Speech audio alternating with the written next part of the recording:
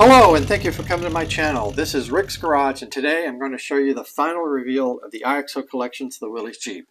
It's taken a little over 3 months to build this and it's finally finished.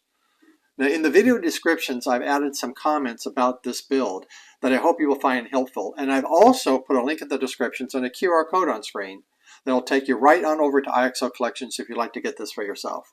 Now without any further ado, let's take a look at the completed model.